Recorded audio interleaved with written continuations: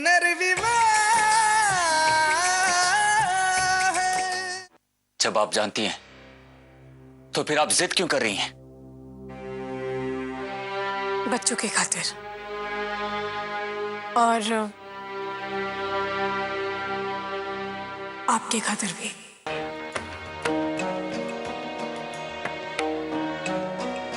पलक और पायल बहुत छोटे थे यशी तब। उन्हें तो कुछ भी याद नहीं सिवाय इसके कि वो आपके और अर्पिता जी के साथ मुंबई जाया करते थे, और इसीलिए तो पलक ने अपनी ये इच्छा जाहिर की है।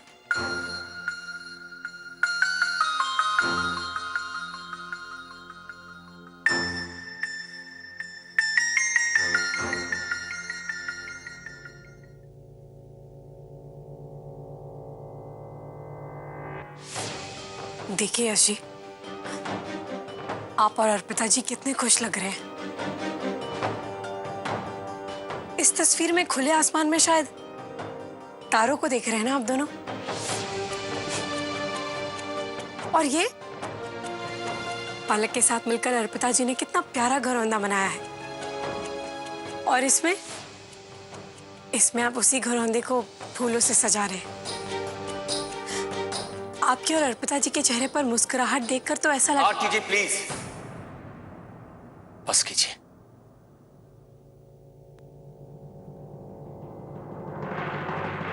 नहीं अजी, आज मैं चुप नहीं रहूंगी। सिर्फ बच्चे ही नहीं, माँ, बाबूजी, भैया, भाभी सब यही चाहते हैं यश जी कि आप पहले की तरह मुस्कुराएं, खुश रहें, वही शरारतें करें, अपनी जिंदगी पूरी तरह से जिए। सोचिए यश जी, माँ बाबूजी को कितना दुख होता होगा ये देखकर कि आप दुखी हैं। अर्पिता के बिना मेरा जीवन ऐसा ही है और ऐसा ही रहेगा। अर्पिता जी के बिना? लेकिन आप तो हमेशा यही कहते थे ना कि अर्पिता जी और उनकी यादें हमेशा आपके साथ हैं, आपके पास है। तो फिर आज आप ये कैसे कह सकते? आप चाहे कितनी भी कोशिश कर लें आरती जी, लेकिन मेरा जवाब यही रहेगा, मैं मुंबई नहीं जाऊंगा। वहां के घर के हर एक कोने में, सागर की बूंद में अर्पिता की यादें छुपी हुई हैं। वहां की हवाएं अर्पिता की खुशबू महसूस कराती हैं आरती जी। हर एक चीज मुझे याद दिलाती है, घर का हर एक कोना, खिड़की, दरवाजे, फूल, पेड़, पौधे, हर चीज।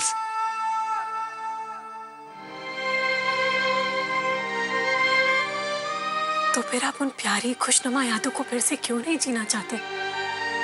क्यों नहीं उन्हें और करीब से महसूस करना चाहते हैं जी? क्यों दूर भाग रहे हैं उनसे? जिस घर को अर्पिता जी ने इतने प्यार से अपने हाथों से सजाया, जिन पौधों को इतनी उम्मीद से सींचा उन्होंने, क्या उन्हें फिर से देखना नहीं चाहेंगे आप? चलिए ना यश जी, एक बार खुलकर वहां सांस ले लीजिए, फिर देखिएगा अर्पिता जी को अपने और करीब पाएंगे आप। समय के साथ जो तस्वीरें फीकी पड़ गई हैं, उनमें फिर से रंग भर जाएंगे। यश जी, इनफ आरती जी।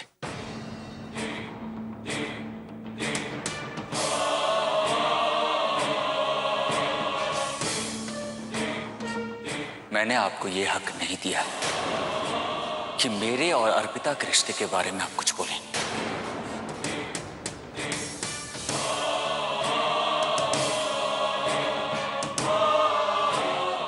मैंने आपको पहले भी कहा है कि अर्पिता की किसी भी चीजों को हाथ मत लगाइएगा।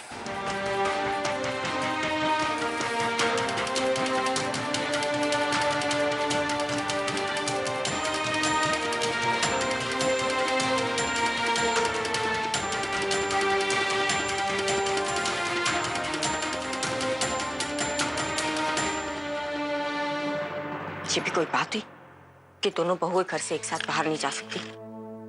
आरती भाभी और मैं भी तो घर में एक साथ ही आए थे ना। तब विधि भाभी घर को अकेले ही संभालती थी, तो अब क्या 2-4 दिन और नहीं संभाल सकती?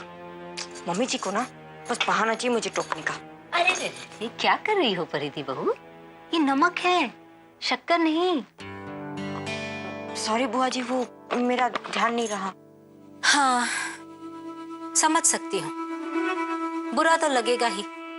अब तुम्हारी और प्रतीक की पहली पहली शादी हुई है, पूरा अधिकार है तुम दोनों को बाहर घूमने फिरने जाने का। वो क्या कहते हैं उसे, हनीमून मनाने का। अब जिन लोगों को इन सब बातों का पहले से ही अनुभव है, उनके लिए क्या नयापन रहेगा भला। नहीं करना चाहिए था भाभी को ऐसा, और वो ऐसा करती भी नहीं अगर वो आरती बीच में ना आ जाती तो। नहीं बुआ जी, आरती भाभी को क्या पता था कि मैं भी उसी बारे में बात करने आई हूँ। उनकी कोई गलती नहीं है। उसे सब पता है, उसकी भोली सूरत पे मत जाना। मुझे तो भाभी पर हैरानी हो रही है। चलो, उन्होंने खुद नहीं सोचा कि तुम्हें और प्रतीक को बाहर भेजना चाहिए, लेकिन जब तुमने खुद उनसे कहा तब तो उन्हें मान जाना चाहिए था। यश ने भी साफ साफ मना कर दिया था, फिर भी सब लोग पीछे पड़े हुए हैं उन दोनों को बाहर भेजने के लिए। तकलीफ होती है मुझे ये देखकर कि एक ही परिवार में 2 बहुओं के लिए अलग अलग कायदे कानून हैं, और इसी बात का फायदा तो आरती उठा रही है। तुम देखना, उसने कहा है ना कि वो यश को मना लेगी। वो मना लेगी, अपने पति और बच्चों के साथ निकल जाएगी छुट्टियों के लिए, और तुम यहाँ कॉफी में शक्कर घोलती रह जाओगी। तुम चाहती हो ना कि तुम्हारे मन की हो? तो इससे पहले कि आरती जोर देकर यश को बाहर जाने के लिए मना ले, तुम अपनी मीठी मीठी प्यारी प्यारी बातों से अपनी सासू माँ को पटा लो। मेरे भगवान की कसम, मैं तो इसलिए कह रही हूँ कि मैं तुम्हारे भले के बारे में सोचती हूँ, वरना मुझे क्या फर्क पड़ता है, चाहे तुम जाओ चाहे आरती जाए। लेकिन तकलीफ होती है मुझे ये देखकर कि मेरी आंखों के सामने किसी के साथ अन्याय हो रहा है। अब तुम्हारी और प्रतीक की तो उम्र है मौज मस्ती करने की, यश और आरती का क्या है? उन्होंने तो बहुत सावन देख रखे हैं। लेकिन बुआ जी, क्या मम्मी जी मान जाएंगी? I mean, क्या वो मुझे और प्रतीक को बाहर जाने देंगी? हाँ बिल्कुल। मेरे भगवान की कसम, बस तुम ये प्रार्थना करो कि इस बार आरती अपने इरादे में नाकामयाब हो जाए। जब वो नहीं जाएगी ना, तभी तुम्हारा नंबर लगेगा, समझी? जाओ जाओ, भाभी को कॉफी देकर आओ, ठंडी हो रही है, और हो सके तो बात भी कर लेना। जी।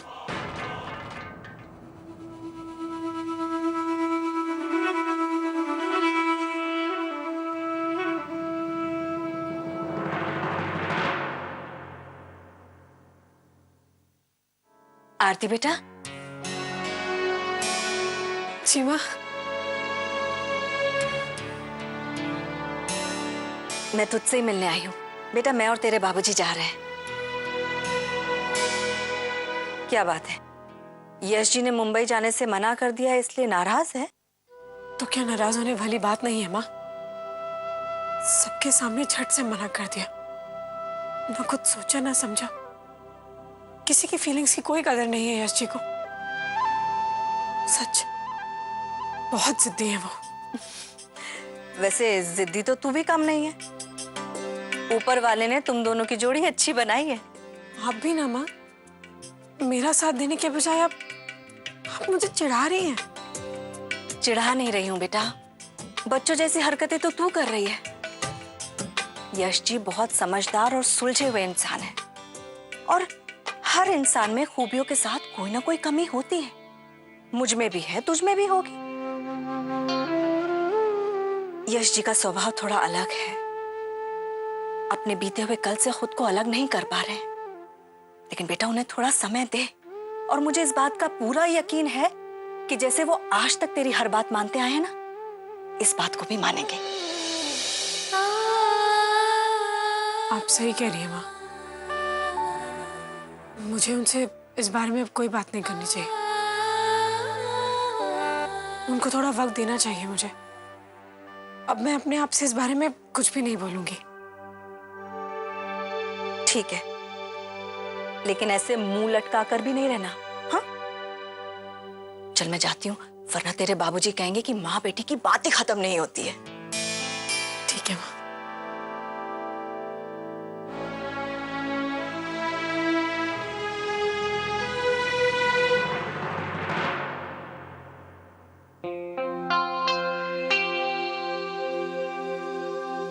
लीजिए मम्मी जी, आपकी कॉफी। अरे वाह मम्मी जी, आपके हाथ कितने सुंदर हैं। आप मेहंदी क्यों नहीं लगाती? बहुत अच्छी लगेगी आप पे। अब मेरी कोई उम्र रह गई है मेहंदी लगाने की? फिर से वही बात मम्मी जी, इंसान बूढ़ा है जवान अपने दिल से होता है। और वैसे भी आपकी उम्र ही क्या है अभी। मम्मी जी, मेरी एक सहेली है, ब्यूटिशियन है, बहुत अच्छी मेहंदी लगाती है। पूरे इंडिया में तीज त्योहार शादियों के लिए उसे ही बुलाया जाता है। आप जिस दिन कहेंगी मैं उसे बुला लूंगी। जब आपके गोरे हाथों पे लाल सुर्ख मेहंदी रचेगी ना, तो आप भी देखती रह जाएंगी। हाँ ठीक है, पर उसे टाइम भी तो मिलना चाहिए ना। मम्मी जी, वो मेरी पक्की सहेली है, और जब मैं उसे कहूंगी ना कि मेरी मदर इन लॉ को मेहंदी लगानी है, तो हजारों काम छोड़ के आ जाएगी वो। अच्छा लगता है ये देखे कि तुम अपनी सास का बहुत ख्याल रखती हो। मम्मी जी, आप हैं ही इतनी प्यारी, तो आपका ख्याल कैसे ना रखूं। हाँ, कभी कभी थोड़ी नादानी कर बैठती हूँ मैं। अब देखिए ना, आपने कितनी सही बात कही कि दो दो बहुएं अगर एक साथ घर से बाहर चली गई तो सारा काम बेचारी विद्या भाभी पर आ जाएगा। मैंने फिर डिसाइड किया कि आप सही कह रही हैं। अगर यश भैया और आरती भाभी बाहर जा रही हैं, तो फिर मैं अपना प्रोग्राम कैंसिल कर दूंगी। मान लीजिए अगर उनका किसी कारण प्रोग्राम कैंसिल हो गया, वो बाहर नहीं जा पाए, तो क्या मैं और प्रतीक बाहर जा सकते हैं? हाँ हाँ, जा सकते हो। ठीक है मम्मी जी, तो मैं टिकट्स बुक करवा देती हूँ। क्या पता एंड टाइम पे टिकट्स मिले ना मिले, है ना? खूब कल तक रुक जाओ, मुझे पूरा यकीन है आरती यश को जाने के लिए मना लेगी।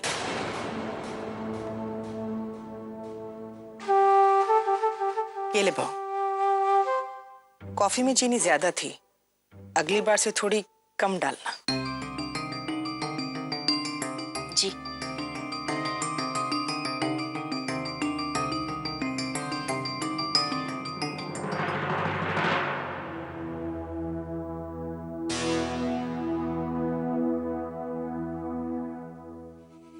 अब तो विश्वास हुआ ना तुम्हें?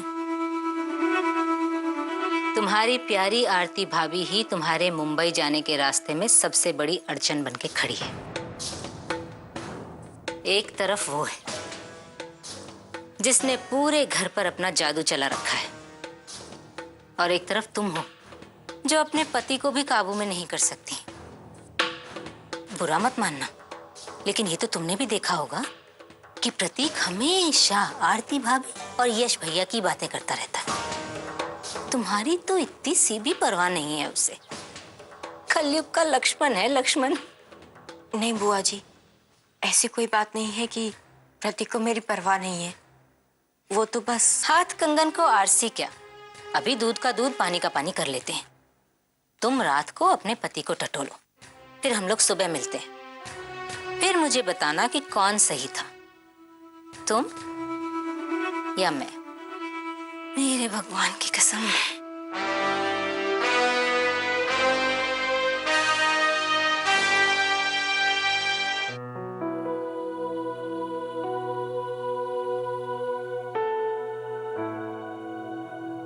ये क्या?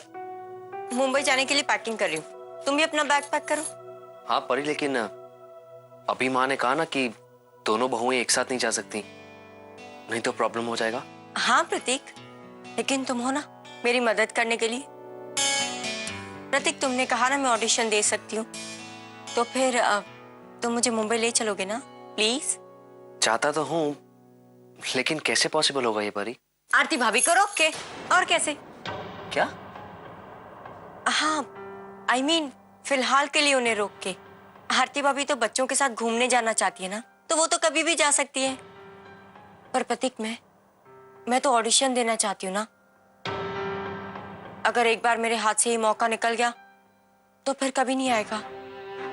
नहीं नहीं,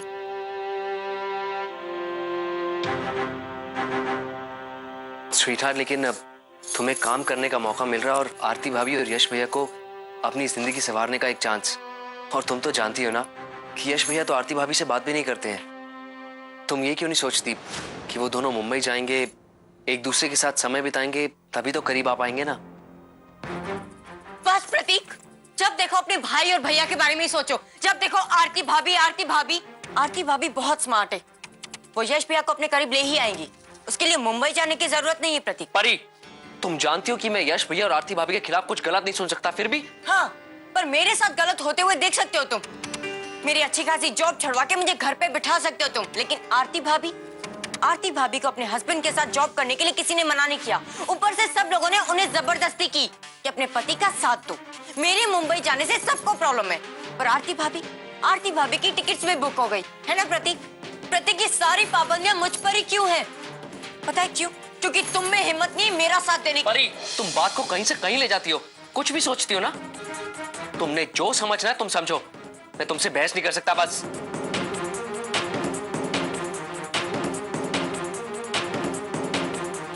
प्रतीक, तुम्हें लक्ष्मण बनने का शौक होगा, लेकिन मैं लक्ष्मण की उर्मिला नहीं बन सकती।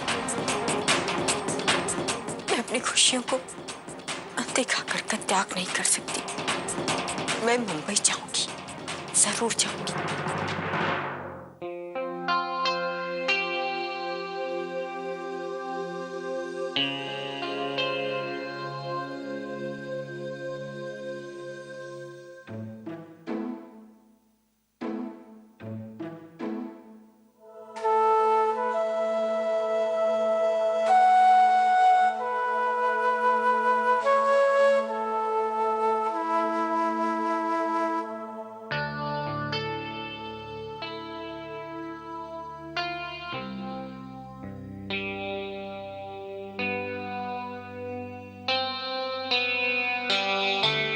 यश जी, हाँ? कल सुबह मुझे सब्जियां लेने जाना है। ड्राइवर मिलेगा क्या? और बाथरूम का दरवाजा भी खराब हो गया है। अंदर से बंद हो जाए तो खुलता ही नहीं है जब तक कोई बाहर से धक्का मार के ना खोले। क्या हुआ? हाँ? अगर ड्राइवर नहीं है तो कोई बात नहीं, मैं खुद चली जाऊंगी लेने। नहीं आरती जी, ड्राइवर आपके साथ जाएगा।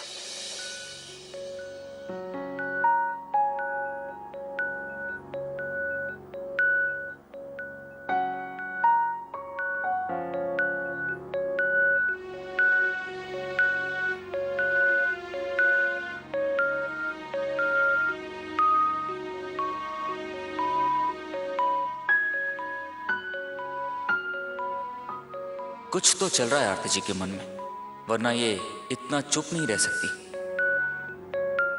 कुछ नहीं कहूंगी मैं। अभी माँ ने समझाया ना कि थोड़ा वक्त दे दो यश जी को सोचने के लिए।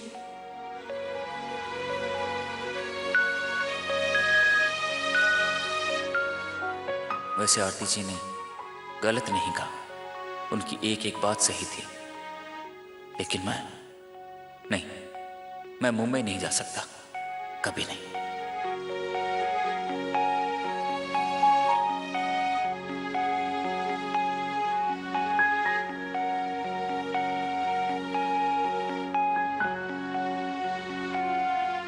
सोचिए यश जी, सोचिए। बच्चों के लिए, माँ बाबू जी के लिए, अपने लिए, और हो सके तो मेरे लिए भी। प्लीज